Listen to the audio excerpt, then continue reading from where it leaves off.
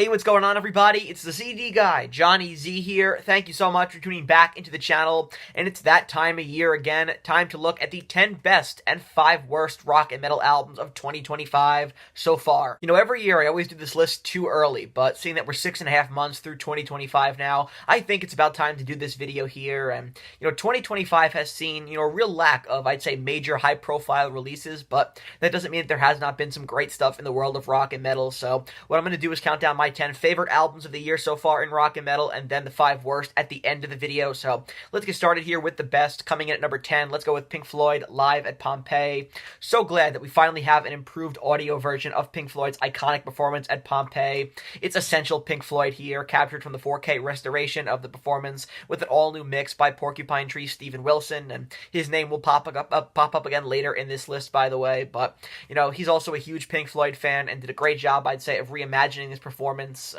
with killer renditions on here of tracks like Echoes, Careful with That Axe Eugene, A Saucer Full of Secrets, One of These Days, Set the Controls for the Heart of the Sun, Mademoiselle Knobs, and more. So some great stuff on here, in my opinion, and, I can finally, hear this record properly. I think the original has its charm to it, obviously, right? And there are people who prefer the original mix, but for me personally, I think this is definitely a step in the right direction, and, I'm no audiophile, but I consider it to be 10 times better, especially the drumming by Nick Mason. So I really enjoy it, really grateful for what Steven Wilson was able to do here, and a big fan of Pink Floyd Live at Pompeii. Next, at number 9, we have the newest album on this list, the new record from King Gizzard and the Lizard Wizard entitled Phantom Island, and the band continue to outdo themselves. They're the rock scene's, resident workaholics. The never-ending well of creativity just refuses to run out, and the band keep churning out these inventive, creative records, including Phantom Island, which feels like a real throwback, in my opinion, maybe to some early King Crimson. Maybe some people hear that, maybe they don't, maybe I'm a little crazy, but I definitely think the ambience is very much reminiscent of In the Court of the Crimson King at times, especially on the title track.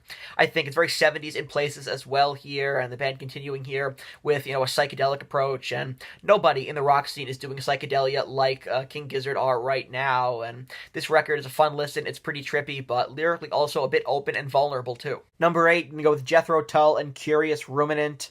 I'm so glad Jethro Tull are still making new music, and so far they're 3 for 3 with their comeback, right? The Zealot Gene was great, so was Rock Flute, and now Curious Ruminant. And I know Ian Anderson's vocals are not what they used to be at this point, but I don't mind his laid-back delivery on this album, and he's really settled in nicely to the role of kind of prog rock's elder statesman at this point. And the big focus of this album for me was the instrumentation. With Ian's vocals, it is what it is, but the band still sonically are brilliant, and of course you have the signature flute throughout. Love the intricacies between the flute and the organ, especially on Puppet and the Puppet Master, and some other standouts here for me include the title track, Dunson and Hill, Savannah of Paddington Green, Stygian Hand, Over Jerusalem, Drink from the Same Well. Great epic on this record here.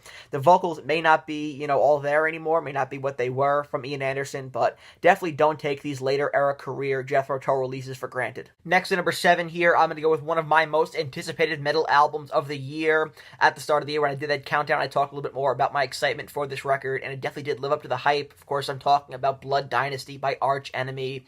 It's Arch Enemy's first studio album to feature guitarist Joey Concepcion following the departure of Jeff Loomis from the band in 2023, and Joey kills it on this record. I think he has great chemistry with Michael Amott. Lots of great riffs and solos on this album, and the band are once again able to capture that aggressive melodic sound with dynamic vocals from Alyssa White-Glutz as well. And some standouts for me on this record include Dream Stealer, March of the Miscreants, the title track, Paper Tiger, Liars and Thieves, The Pendulum, and more. Like I said, Steven Wilson would appear again on this list here, this time at number 6 with his new solo record, The Overview, and dude has had a heck of a year already, including his own solo album here, which in my opinion is one of the best concept albums of the last several years, and it's structured really cool, in 2 expansive 20-minute suites. You have Objects Outlive Us and The Overview, and the album moves with a spacey, cosmic flow to it. Love the use of synths on this record, and the sound on this album is expansive. The guitar work from Wilson is awesome, with soaring solos throughout, and, prog is evolving, and Steven Wilson is right at the forefront of it, which I think is great, and it's definitely an album influenced by the likes of Dark Side of the Moon or Wish You Were Here. Like I said, a big Pink Floyd fan is Steven Wilson. You can hear that Floyd influence on this record. It's an album that needs to be listened to in order to fully appreciate it as one piece. Hands down, my favorite prog release of 2025 so far. We move into the top 5 now. Let's talk a little art rock here with Peter Murphy and Silver Shade. I'm a big fan of Peter Murphy's solo work, and I think he remains largely underrated these days as an artist, and this was his first solo album of new material in a decade, including collaborations with Trent Reznor of Nine Inch Nails, and Tool's Danny Carey and Justin Chancellor, as well as others on this record, and I love the slower, more ambient tracks on here. It reminds me a lot of, later stage career Bowie here, which is very interesting, especially in some parts on this album, and I enjoyed it a lot more than I thought I would, loving songs on here like Swoon, The Sailmaker's Charm, the title track, and the Art Room Wonder. Number 4 now, let's dive into some death metal with Inverted World by Cancer.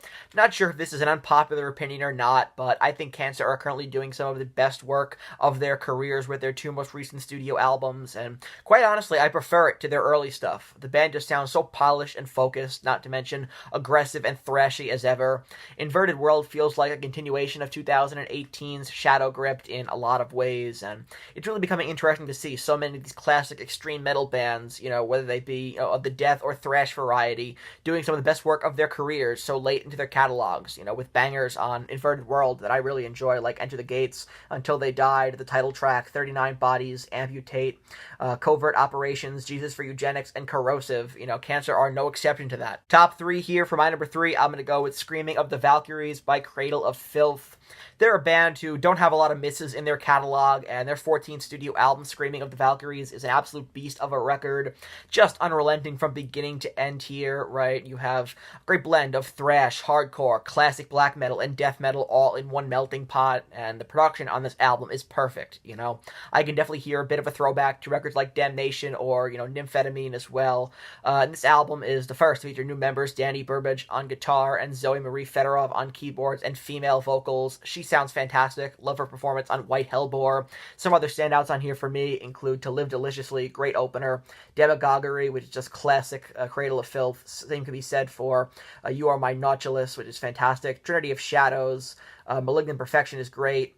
When Misery Was a Stranger was a fantastic way to close out the record as well. And so, I love Cradle of Filth, and they're not a band I talk about all that much on the channel. I remember when I first got into them, looking at a picture of the band, not this lineup, obviously, but looking at a picture of the band and just being like, who are these guys? I must listen to more of this.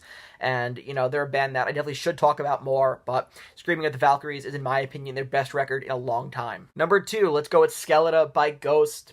Probably one of the more high-profile releases of the year so far, but Ghost continued their streak of no bad albums this year with Skeleta. Very tough to follow up in Para, but they did just that to kickstart the Papa V era of the band, and this record is such a cool throwback to the 80s sound that, Tobias Forge has mentioned in the past was a big influence to him, and this definitely feels like a tribute to artists like Europe, Dokken, Journey, and more, and would have fit right in had it been released during that era. And as always, right, you have those big hooks, those catchy choruses in classic Ghost fashion, and it's definitely an album that's a grower. I think a lot of Ghost fans were turned off by it at first, and then slowly with every listen it got stronger and stronger, and I was not turned off by it at all. I really enjoyed it from the first time I heard it, but other songs really started to grow on me on this record, and just from top to bottom, it's full of fantastic songs on here, so I enjoy everything on this record. Standouts that include, of course, Peacefield, Lacrima, Satanize, great lead single, Guiding Lights, De Profundis Borealis, Cenotaph has some of the best lyrics on the record, Mycelia Amori is so cheesy and fun at the same time, Marks of the Evil One, Umbra is classic Ghost, right, great cowbell on the track as well, and Excelsis, which is very Life Eternal-esque, and so on the surface, it's a really fun listen, but once you dive deeper into the lyrics on the record, it's clear that it's full of some of Tobias Forge's most introspective lyrics to date, so much so that it almost feels like a Tobias solo record at points as well. Definitely a roller coaster of an album that transitions from, fun and catchy to heart-wrenching from track to track. So I dig it quite a bit. One of my favorites here of the year so far, and Ghost, they never disappoint with another killer record here. Definitely something that I was hoping would, live up to the hype, obviously, because they're a band that, like I said, don't have any bad albums, and Skeleta did just that. Before I get to my number 1, I do have a handful of honorable mentions to give out, so special recognition here to Black Star EP by Candlemass, Duel by Ginger, Tsunami Sea by Spirit Box, This Consequence by Killswitch Engage, Black Knight, White Noise by Smith Coatzin, and Sleepless Empire by Lacuna Coil. All great records so far this year, but I can leave it 10 on the list here today. And coming in at number 1, my favorite album of the year so far is going to be Parasomnia by Dream Theater. This was the only album released in this year represented in my video of Best Metal Albums of the 2020 so far video. I'll leave that link down below, and it's still my favorite album of the year. Parasomnia is the album that I and so many other Dream Theater fans have been waiting for years.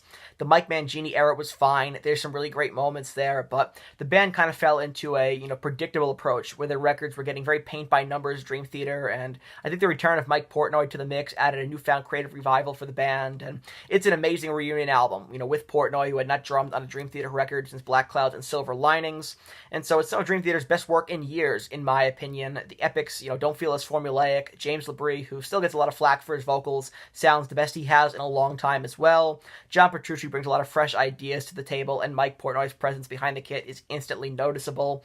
And I love tracks on here, like In the Arms of Morpheus, great instrumental to start things off. Night Terror, A Broken Man, Dead Asleep is just awesome. Midnight Messiah, Bend the Clock, fantastic ballad. Not a lot of great ballads that are released these days in metal, but Bend the Clock is awesome. Dream Theater always do great ballads. Then to close things out, of course, the Shadow Man Incident, the epic, the 20-minute track to close out the album. And this record really does an exceptional job, I'd say, of taking the listener back to the classic era of the band. Now it's time to talk some of the worst albums of the year so far, or at least some of the most disappointing, or just records that I can't plain get into. And so that said, these are in no particular order, but let's kick things off here with Silent Echoes by Gruesome. Death metal outlet here, and musically this album is fine. I have no problem with the record from a sonic standpoint. The band did a fine job of doing their best Death impression on this record. The songs on here really sound like a long lost Death record, which is cool. But the problem that I have with Silent Echoes and with Gruesome in general is that they're doing exactly what I've gone on record and said is my least favorite aspect of the modern day death metal scene. And this may be a bit harsh. Let's not say it's a bad record. It's just very unoriginal in my opinion. And in an era where death metal, some of death metal's best albums of the last few years have been, ones where bands have really started to push the boundaries of the subgenre, like Terrasite by Cattle Decapitation, or Blood Incantations, Absolute Elsewhere, or let's say The Enduring Spirit by Tomb Mold. I have less and less interest in these new death metal bands that are just trying to be Chuck Schuldiner or trying to sound like Cannibal Corpse, just trying to sound like any of the classic heavy hitters, Instead, I'd say do something unique that moves the genre forward. And nothing against Gruesome personally, but I'd love to hear them use their imaginations more on their next album and take that death influence, because everyone was influenced by death in the death metal scene. There wouldn't be death metal without Chuck Schuldiner and company, but take that influence there and maybe use it to reimagine what the death catalog would have looked like had Chuck lived, Seeing that death were going in a more progressive direction and Chuck was doing some really cool stuff with Control Denied before his passing as well, I think they should, put their imaginations to use there and imagine the huge leaps forward that Chuck Schuldiner would have undoubtedly made for death metal had he lived past 2001, rather than trying to write their own version of Human. Next up, how about the new Behemoth album? Quite frankly, I'm sure there were a lot of people who probably couldn't get past the album title itself, and to be honest, you didn't miss much. This is the worst Behemoth album in their catalog, and, I hope it eventually grows on me, but every aspect of this record feels like a disappointment. It, really feels like Nurgle just does not care anymore, and we are so far removed at this point from Demigod or Evangelion that at this point it barely feels like the same band, and I enjoyed Opus Contra Not from when it came out, but that really wasn't great. This feels like another step down for me, and the frustrating thing is that there's moments of great Behemoth still there, but they can't seem to capture it for longer than, one song. Next, in the worst category, I'm going to go with Antifragile by All That Remains. It's their first album not to feature founding guitarist Ollie Herbert, who passed away in 2018, and longtime drummer Jason Costa, who had been with the band since their 2008 record Overcome until his departure from 2023. Also the first album to feature new lead guitarist Jason Richardson and drummer Anthony Barone, and the first with bassist Matt Deese since This Darkened Heart. Just a very forgettable album, in my opinion, and I was really looking forward to hearing this new lineup, but ultimately it's just lackluster metalcore, and there's nothing wrong with accessibility in metal, but this album feels very safe and at the same time very uneventful. I'd say Ollie is definitely missing, and there's nothing you can do about that. It's just a very unfortunate fact, and looking at their catalog as a whole, it just feels like, it's all been downhill creatively for like a decade now. Next up, Even in Arcadia by Sleep Token. I've tried very, very hard with Sleep Token. I want to like them, but I just can't get into their music. And listen, nothing against them. Their music is just not interesting to me personally, and I had a bit of a love-hate relationship with Take Me Back to Eden when it first came out, but these days I just really have no desire to go back to it. And I think the vibe and the atmosphere on the new record is cool, but the songs just don't click with me at all, and the sound is too similar to modern indie pop for my taste, and I think the anonymity is cool, right? That kind of reminds me of Ghost before people knew who they were, but I just can't do it with Sleep Token. It's very generic, modern modern metal, almost sounds AI generated, and I tried with the new album. I tried with even in Arcadia a lot, but I just felt nothing, no matter how many times I listened to it, and there's clearly a big audience for them, you know, their influence is already starting to spread, and you can already see the music industry, you know, trying to capitalize on their success with a band like President. But if you like Sleep Token, that's awesome. I mean, more power to you. I'm not trying to, you know, take a dump all over your band here. I promise you I'm not, but I just don't jam to even in Arcadia, but there's always a chance that eventually it does click with me, so hopefully it does, because like I said, I do want to like Sleep Token. You know, they're a popular band right now. You know, I kind of want to stay on top of, you know, everything that they're doing, because I do think it's cool, but I just can't get into their music, and it drives me crazy. You know, I said that these worst albums would not be in any particular order, but I figured I'd save the one that's my least favorite of the year so far for last, and that is Unatoned by Machine Head.